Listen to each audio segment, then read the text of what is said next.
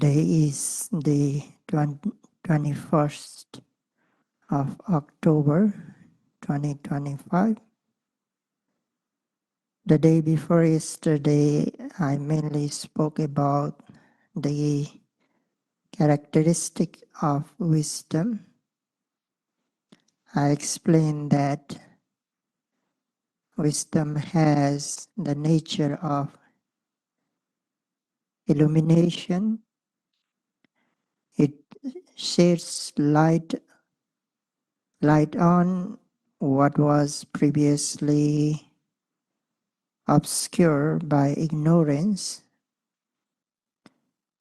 It also has the nature of penetrative realization of things as they truly are, and importantly, uh, it is a faultless form of knowing, free from distortion, speculation, or error.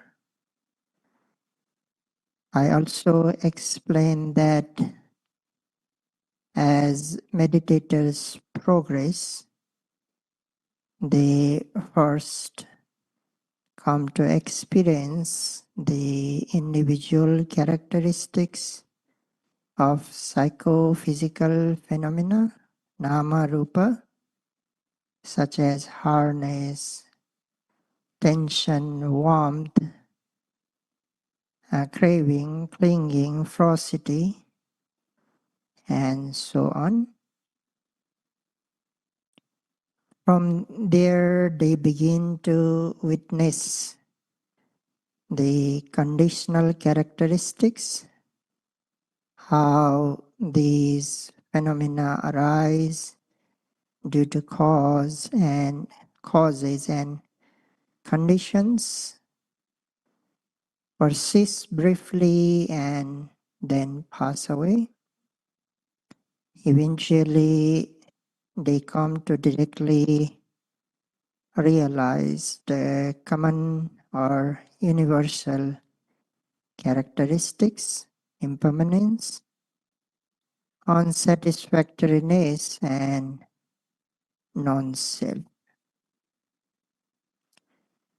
I mentioned that when meditators begin to discern these third level of characteristics, at first they may notice the arising and passing away of phenomena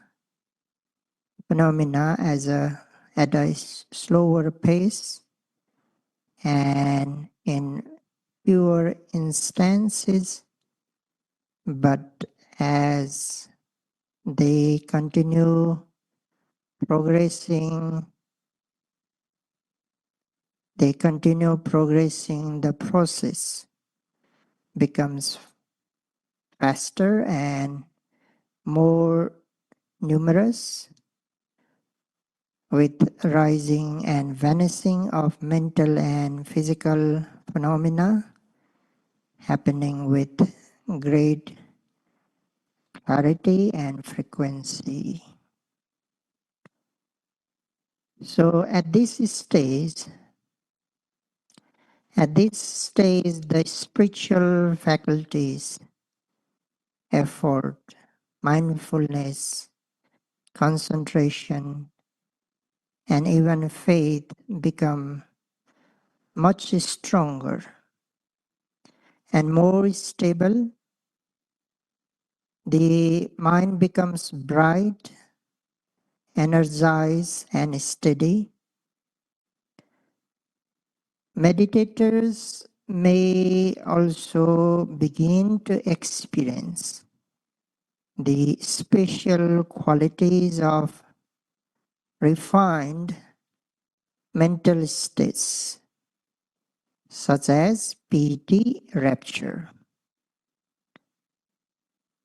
As I have mentioned before, whenever the mind kept free from defilements through consistent mindfulness and concentration. Some degree of piti rapture naturally arises, but at this level, at this stage, rapture becomes significantly stronger and more vivid. Becomes more vivid. Rapture has the nature of cherishing and delighting, and it pervades, exhilarates, elates, and uplifts both mind and body. It brings a refreshing sense of joy, agility, and energy that supports the meditation process and strengthens the inside experience.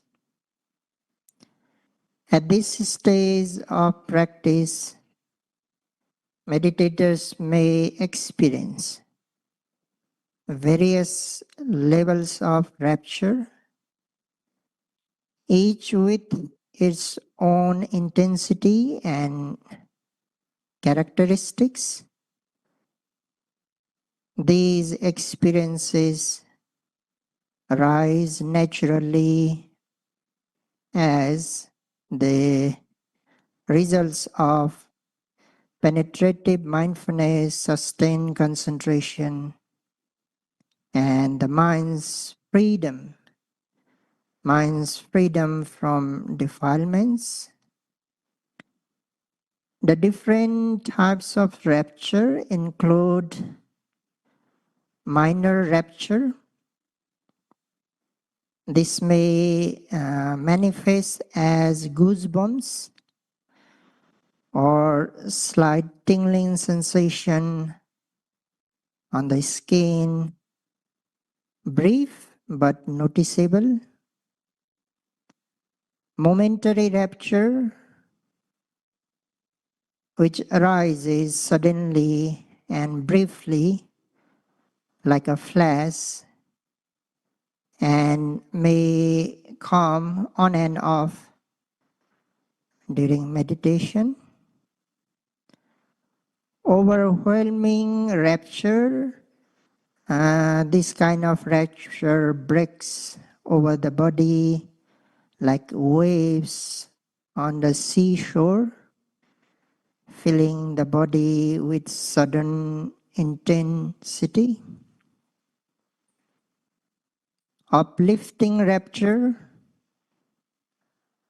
this lifts the mind and body upward, either literally or perceptually. At times, meditators may genuinely feel body as being raised slightly off from the cushion, or they simply feel this way because the mind and body are extremely light and buoyant. Then pervading rapture, this is the most refined and subtle type of rapture. It spreads throughout the entire body like joyous sensation flowing through every pore, pervading both body and mind. So in this way, raptures becomes quite noticeable. And at this stage, not only rapture becomes noticeable, but also deep Serenity of mind becomes very clear. Serenity means a deep sense of calm and peace. It is kind of calmness both in the mind and body, free from the mental heat, free from the mental heat or burning caused by defilements. It is, it is also a sense of lightness. Serenity is also a sense of lightness, free from both mental and physical heaviness. It is a smoothness or softness, free from hard or rough or tight feeling. It is also a sense of flexible and workable mental state, one that easily focuses on the meditation object or ready to absorb the object without resistance. A phrase, a phrase or healthy mental state, free from exhaustion and any state, free from exhaustion and any feeling of fatigue, and a straightforward mental state, free from crookedness. These six features, these six features, coolness, lightness, softness, flexibility, healthiness, and straightforwardness, are mentioned in the text to clarify the nature of serenity. So meditators begin to experience them when serenity becomes apparent. In addition, meditators experience a state of mental happiness or bliss which arises from the presence of rapture and inner joy. This is a genuine and deep happiness, much greater and more fulfilling than any sense pleasure. Any sense pleasure when meditators begin to experience this genuine, deeper and more fulfilling happiness, their attachment, their attachment to sense objects naturally weakens. The craving for ordinary sensual pleasure like sights, sounds, tastes, touches starts to lose its grip. This means that the first army of Mara, which is craving for sensual pleasure, can no longer disturb or overcome the meditator at this stage. The joy coming from a pure and concentrated mind is far more satisfying than any pleasure that comes through the senses. Now, when I say this, some of the meditators who were not present during the first month of the retreat might be wondering what is Mara, what are the armies of the Mara. So for those meditators, I would like to briefly explain. In fact, we have been discussing the 10 armies of Mara since the very first Dhamma talk of this retreat. We spoke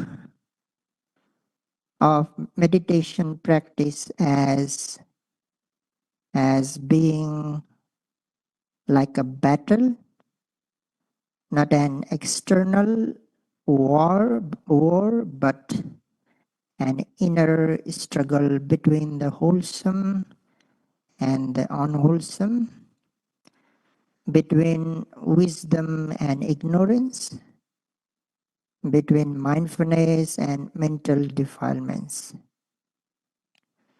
In this inner battle, Mara keeps attacking through his armies.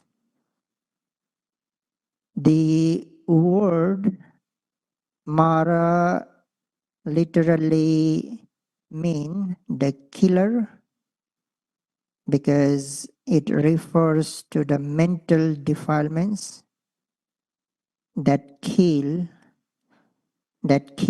destroy the mind's purity, clarity, and wholesome qualities. That's why Mara is often personified in the text as a being, but in truth, Mara represents the unwholesome mental forces within our own minds, the one that obstruct meditation, weaken our effort, and pull us away from the path.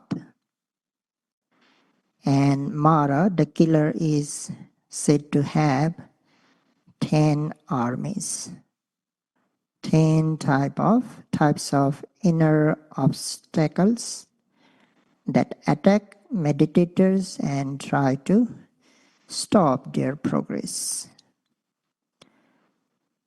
Among these, the first army is sense object and attachment to them, a, a very powerful force that repeatedly bombards the meditator with craving and distraction, attempting to drag the mind away from meditation.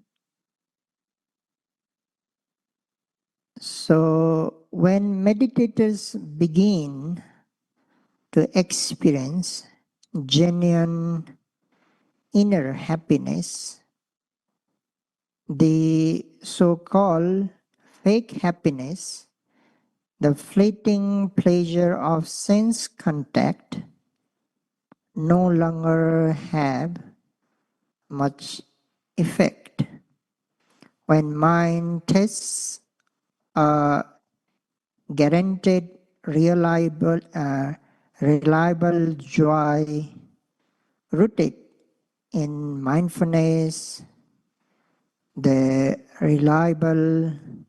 unreliable, uncertain pleasure of outside world lose their attention, lose their attraction. When one experiences an extraordinary happiness that arises from purity and peace, the ordinary sensual pleasure no longer capture the attention. They simply fade into the background, because the mind has found something far more meaningful, lasting, and fulfilling. However, this is not the ultimate victory. It is, it is a very important breakthrough, but the path still continues. The defilements are weakened but not yet fully uprooted. The battle is turning in the meditator's favor, but the final victory, the complete liberation of the mind, is still to come. So, in the same way as meditators begin to experience various forms of rapture, piti, and deep satisfaction in the practice, the feeling of discontent or dissatisfaction no longer arises. This means that the second army of Mara, which is discontent or dissatisfaction, loses its power. So discontent or dissatisfaction is the second army of Mara. So it loses its power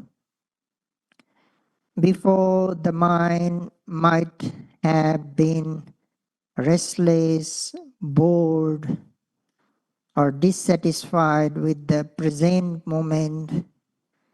But now, because the mind is uplifted, joyful, and engaged through the experience of inner joy, there is no room for aversion or weariness or dissatisfaction.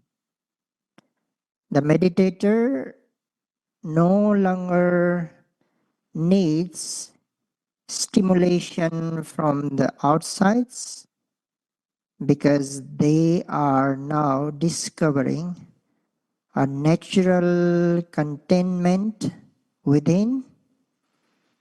As a result, this second army of Mara can no longer disturb the mind or pull it away from the practice. Then, as mindfulness and concentration deepen, rapture, serenity, and mental bliss begin to arise. Even the third army of Mara, that is hunger and thirst is the third army of Mara. It begins to lose its power. This does not mean that the meditator stops feeling physical hunger or thirst completely. Rather, the mental disturbance caused by hunger or thirst starts to weaken. This becomes especially true when meditators begin to experience strong rapture during their practice. Their minds become deeply nourished not by food, entertainment, or sensory pleasures, but by the joy that arises from mindfulness, stillness, and concentration. Concentration and insight. In, in the Pali text, such meditators are called Piti Bakha. Piti Bakha meaning those who are nourished by rapture. For them, the usual hunger or for worldly satisfaction fades naturally because they have discovered a higher and more refined nourishment from within. At this stage, the mind turns inward for joy, no longer depending on external things for happiness. Even when there is physical hunger, discomfort, or lack of entertainment, it doesn't disturb the mind as it used to. The mind remains calm, fulfilled, and focused, sustained by the joy of the Dhamma. This is how the Third army of Mara, hunger and thirst, begins to lose its power over the meditator. And when the third army of Mara, hunger and thirst, no longer affects the meditator, then army, the fourth army, which is the urge to seek due to hunger and thirst, also loses its power. Why? Because this fourth army arises as a response of the third. It is the mind's restlessness, reaction, the tendency to search, grasp, or chase after something to feel the discomfort caused by hunger and thirst.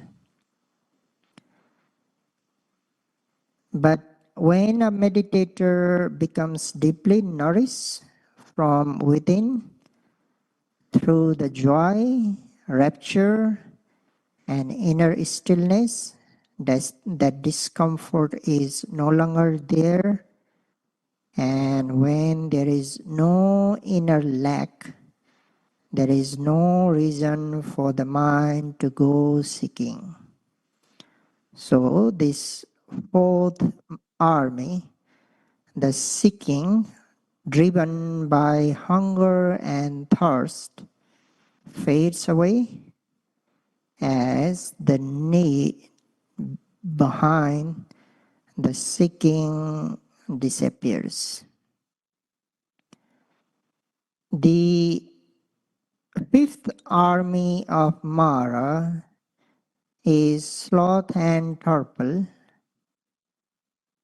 I don't think I need to elaborate on this here because I have spoken about it recently when we discussed the five hindrances.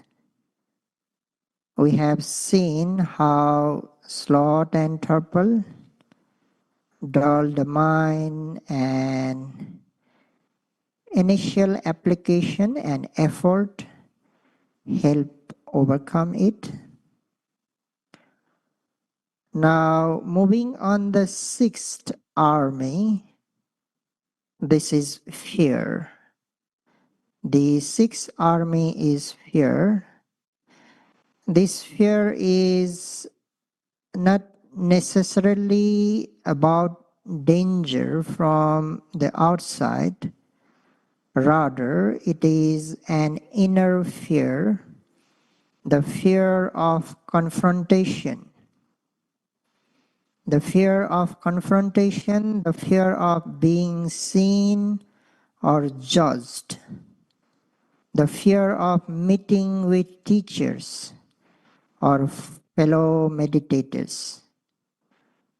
When one feels they have not made enough progress, sometimes it is even the fear of one's own inner weakness or fear of failure in practice.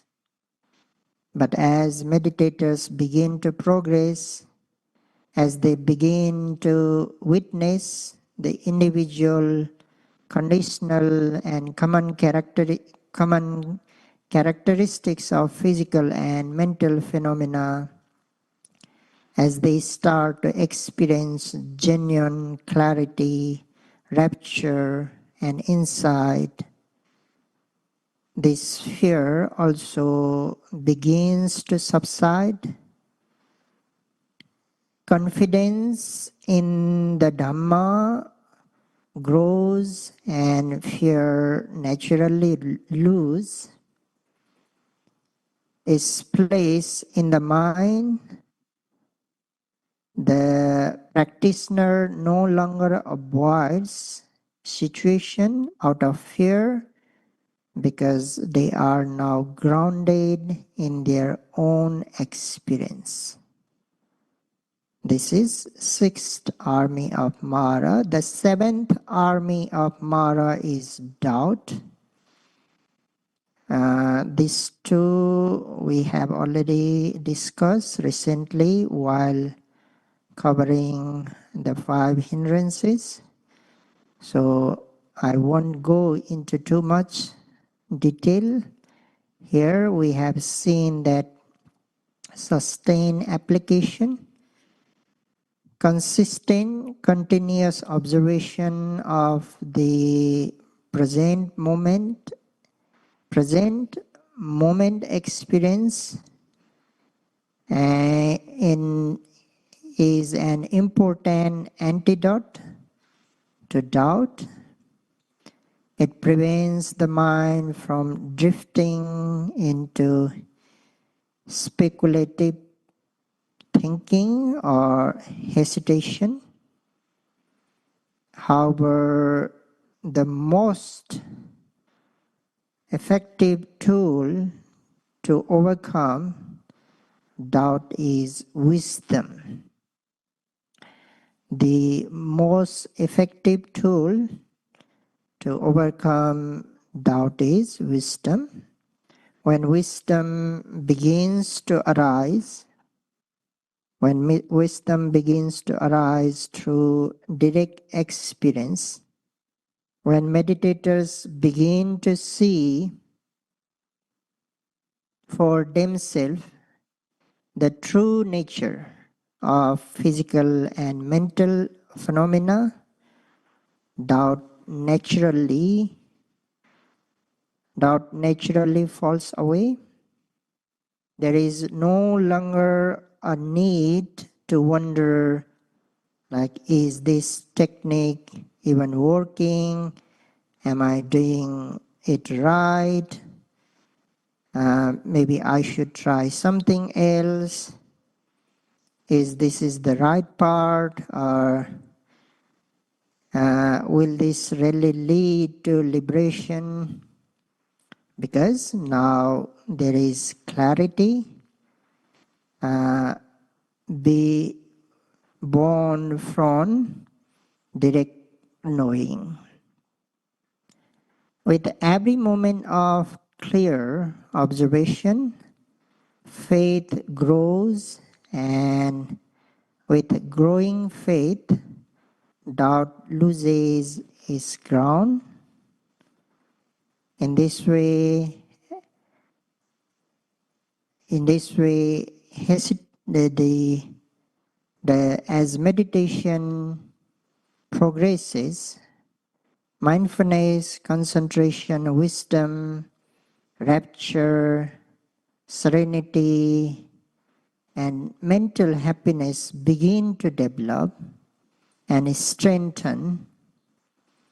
As these wholesome qualities grow, the first six armies of Mara, kama, dissatisfaction, hunger and thirst, seeking ours by hunger and thirst, sloth and torpor, fear and doubt gradually become weakened, their frequency of attack lessens, and when they do arise, their impact is no longer as strong. The mind, now more stable and nourished from within, is less vulnerable to being disturbed or pulled away. It becomes clear that these armies, once so powerful, are not undefeatable, and that through persistent effort, mindfulness, concentration, and wisdom, they can be overcome. But now, Mara changes his strategy. As the earlier armies become less effective, he attacks with eighth, the eighth army, which is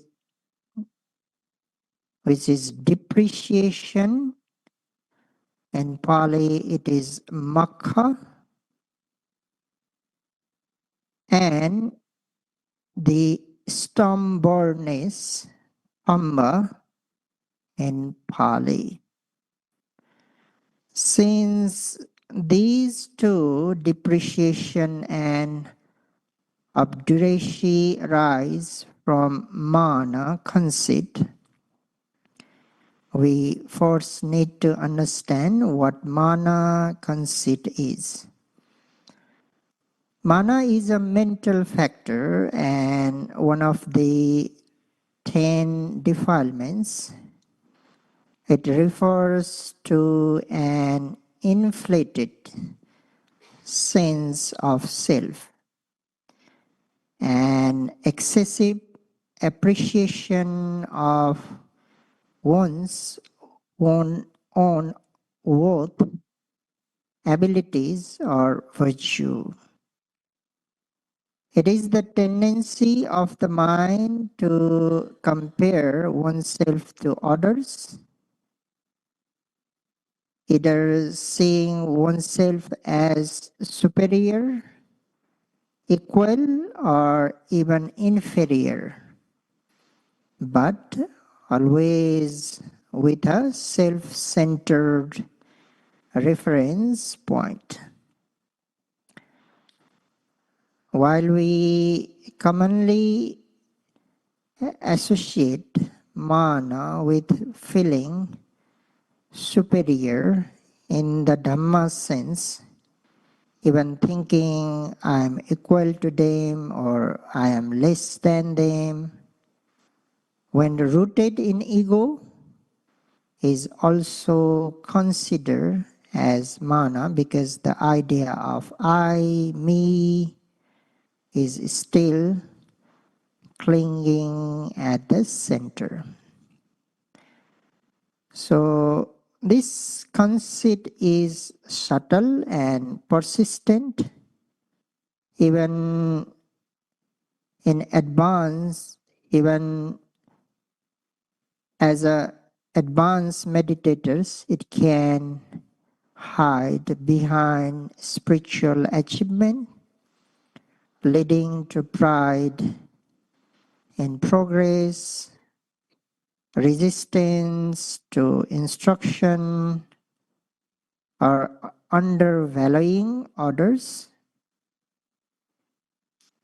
That mana has the nature of hotness or pride.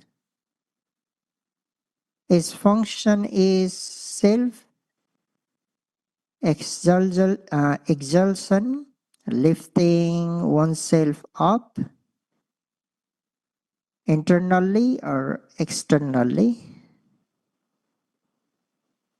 It manifests as the mental tendency to want to rise above others, to stand out, like a flag raised high above a crowd, always trying to be seen, acknowledged, or recognized. It is also known as ahankara in Pali, which literally mean the act of I. The act of I, this refers to the mind's constant tendency to place itself at the center, always trying to be on top. It expresses itself in the thoughts like, I am the one who can do this, I am the one who can meditate this much, I am practicing better than others, I am the one making progress, my insights are deeper than others, or I am progressing faster than the rest. This is the mana at work, quietly demanding superiority or recognition, even in spiritual practice. This subtle, this subtle eye maker quietly slips in and takes ownership of the practice and is resolved, turning what should lead to liberation into a source of pride and ego. So, when this conceit is present, the mind becomes rigid and stiff like a pillar, both mentally and physically. A person may appear hardened, holding the head high, chest expanded, and posture tense. You might have seen how someone walks or behaves when filled with conceit. There's, there is an air of superiority in their attitude and movement. Because of this inner hardness and rigidity, the mind becomes inflexible, unwilling to bend or yield out of humanity or respect for others. then it results correction, dislikes, being advised, and refuses to lower itself, all due to the proud, unbending nature rooted in conceit. In the field of meditation, a meditator may begin to lose respect for fellow practitioners and even for their own teacher. This often happens when conceit arises, especially at the stage where one begins to experience joy, rapture, serenity, calmness, mental bliss, insight, and other deep or interesting experiences in practice. At this point, thought may arise, such as like, has my teacher even experienced this wondrous state, or are other practicing as diligently as I am? So such comparisons rooted in ego mark the subtle intrusion of conceit, turning wholesome experiences into grounds for pride, doubt, or disrespect. At this stage, ingratitude may quietly take over the meditator's mind. They may begin to forget the guidance, support, and sacrifices their teachers have made for them. Instead of feeling grateful, they may start to think that their progress is entirely due to their own effort, dismissing the role of their teacher altogether. Rather than reflecting, my teacher helped me to get this, to get there, the mind leans toward like, this is my achievement. I work hard for this. No one else contributed. No one else contributed. So this kind of thinking reflects the deep rooted nature of mana, conceit, and marks the rise of makha, depreciation. The tendency to undermine or ignore the virtues and kindness of other. So makha means the depreciation, the tendency to undermine or ignore the virtues and the kindness of others. It is not just a lack of gratitude, but an active denial of it. Such a mindset not only blocks humility but also creates mental distance and disrespect even toward those who once nurtured and uplifted us on the path. That's why Makha is described as the mental factor that grinds down the virtues of others. Its function is to destroy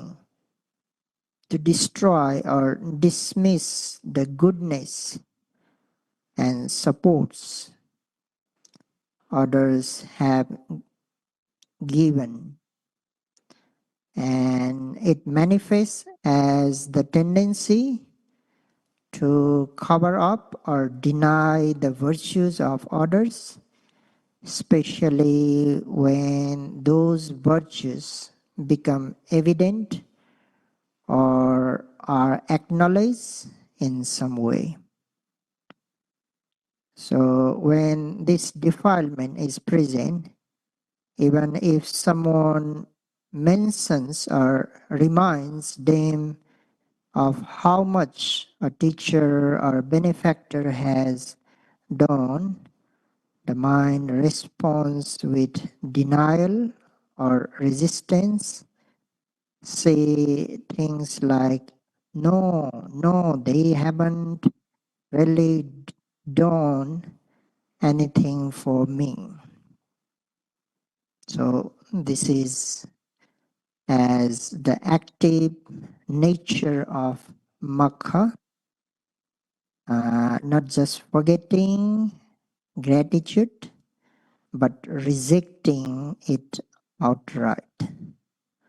So this kind of mentality can arise again when you fail to observe the presently arising object. Rapture as rapture, mental bliss as mental bliss, joy as joy, happiness as happiness. When you fail to observe these delightful mental qualities or mental states, and you start to delight on them, that means you fail to observe them, note them when they are present, so may cause or may give permission to arise this kind of unwholesome mental state. So we will talk more about this later. For today, be especially mindful not to be attacked by the eighth army of Mara, and if you do get attacked by this eighth Mara, note immediately with or fight back immediately with strong forces of mindfulness, concentration, and wisdom, and be victorious.